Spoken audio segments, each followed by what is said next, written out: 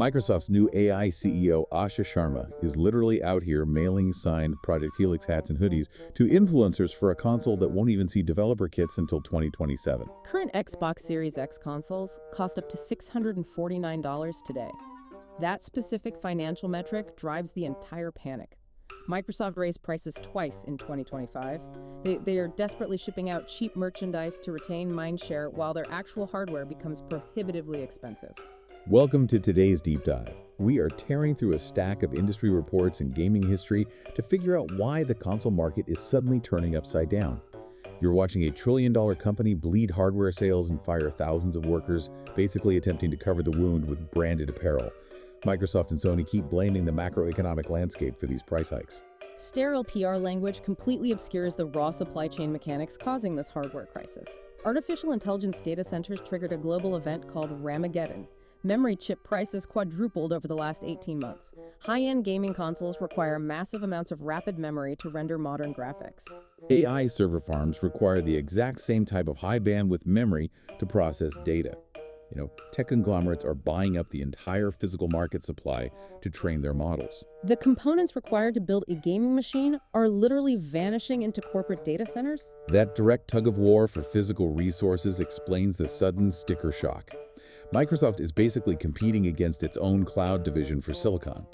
You expect consumer electronics to get cheaper over their lifespan. A console usually drops in price 3 years after launch. Manufacturing costs escalate rapidly now instead. Tech giants hoard every available memory chip. Getting priced out of your weekend gaming hobby just so a mega corporation can train another chatbot feels like getting evicted from your apartment because the landlord needs your living room to store server racks. You feel the squeeze of corporate infrastructure demands directly in your entertainment budget. Ed Fries navigated a completely different industrial bottleneck when he led the original Xbox launch team in 2001. Japanese game developers like Square Enix and Tecmo actively backed Microsoft in secret.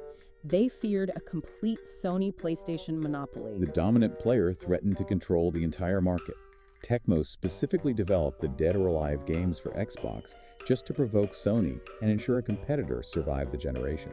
Developers actively manipulated the software market to keep hardware competition alive. They were terrified of one company controlling the entire living room.